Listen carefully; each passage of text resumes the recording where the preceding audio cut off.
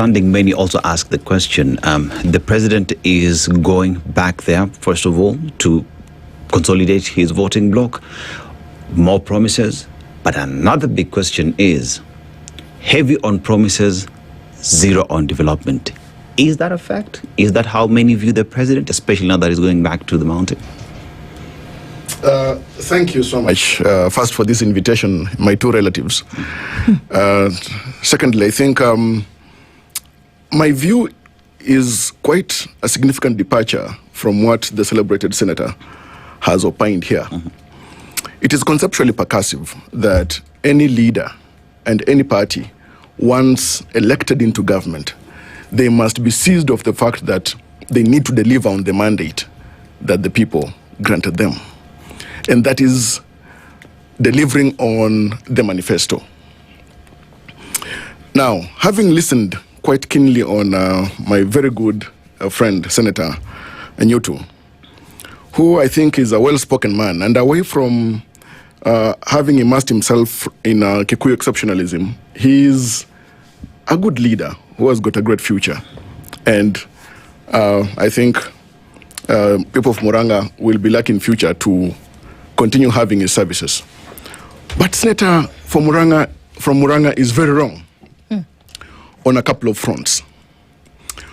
One, and he's here, we would like to opine on these issues. One, are there national government projects being implemented in Muranga County, for example, far from other parts of central Kenya? He is here.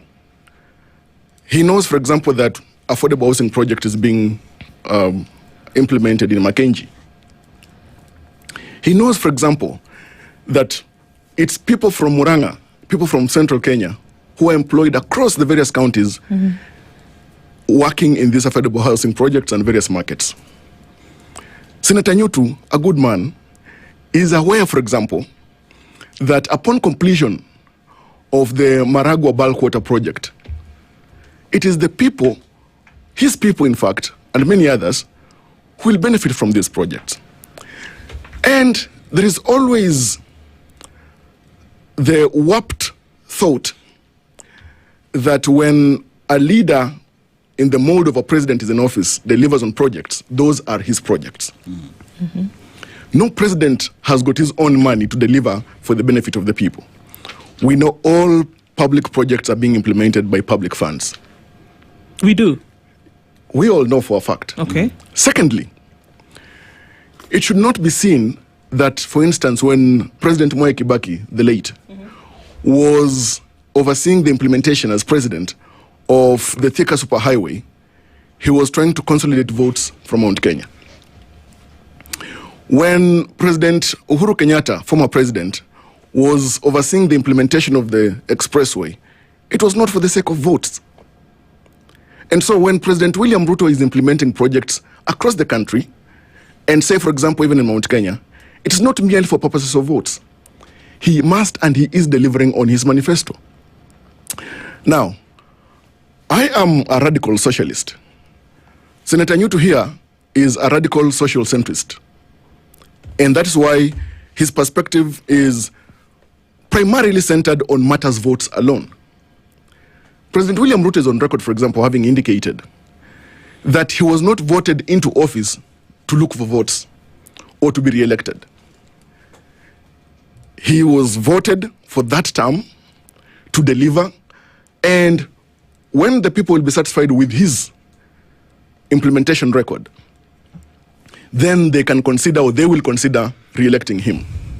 As a matter of fact, Ndu, in matters execution of the office of president and presiding over the province of the internal affairs of this country, the ledger for the president and his administration is open for analysis and review.